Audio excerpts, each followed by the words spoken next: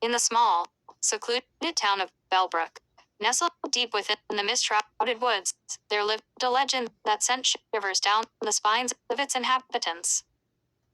The legend spoke of a witch, a powerful sorceress who had once roamed the land, casting dark spells and wreaking havoc upon anyone who dared cross her path. Her name was whispered in fearful tones, her presence a constant reminder of the darkness that lurked within the shadows. The townsfolk had long since abandoned any hope of ever ridding themselves of the witch's curse. They had learned to live in fear, always watching their backs, always wondering when her dark magic would strike again.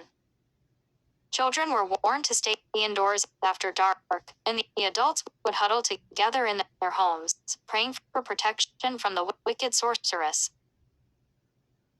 It was on a stormy night, when the rain poured down in torrents and the wind howled through the trees, that a young girl named Emily found herself lost in the woods. She had been chasing after her runaway dog, Max, when she stumbled upon an old, dilapidated cottage hidden amongst the gnarled branches and twisted vines. The cottage had an eerie aura, and Emily couldn't help but feel a sense of foreboding as she approached the front door. With trepidation, Emily pushed open the creaking door and stepped inside. The air was thick with dust, and the only source of light came from a single flickering candle on a rickety table. As she explored further, she noticed an old book lying open on a worn-out armchair. Curiosity got the better of her, and she began to read the faded words on the page. Unbeknownst to Emily, the book she held in her hands was the Forbidden Grimoire, a collection of spells and incantations that belonged to the Bellbrook Witch herself. As she read aloud the ancient words, a surge of power coursed through her veins, and the room began to tremble. The candle's flame grew brighter, casting eerie shadows on the walls.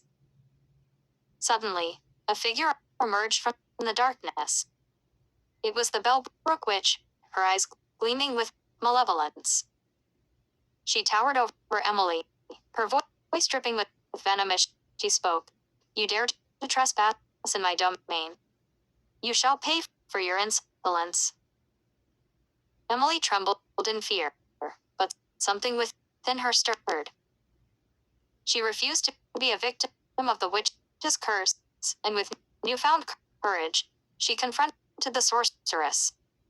"I did not mean to disturb you, but I seek no harm. Please spare me and let me leave." The witch's laughter echoed through the cottage, chilling Emily to the bone. "You think you can escape my wrath? No one has ever defied me and lived to tell the tale."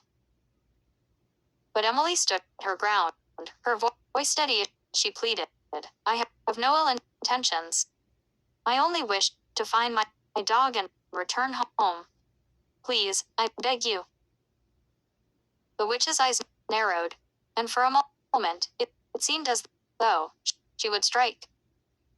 But then, to Emily's surprise, a flicker of something resembling compassion crossed the sorceress's face.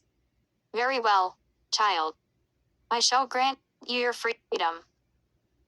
But remember this, the next time you meddle with forces beyond your comprehension, there may be no escape." With a wave of her hand, the witch disappeared into thin air, leaving Emily alone in the cottage. She hurriedly made her way back through the woods, her heart pounding in her chest. As she reached the outskirts of Bellbrook, she spotted Max waiting for her, tail wagging furiously. From that day forward, Emily never spoke of her encounter with the Bellbrook Witch. She knew the townsfolk would never believe her, and she didn't want to risk the wrath of the sorceress once more. But deep down, she knew that she had faced her fears and emerged stronger for it. And so, the legend of the Bellbrook Witch continued to haunt the town, a constant reminder of the darkness that lurked within the woods. But Emily, now older and wiser, knew that sometimes the greatest battles were fought not with magic, but with the strength of one's own spirit.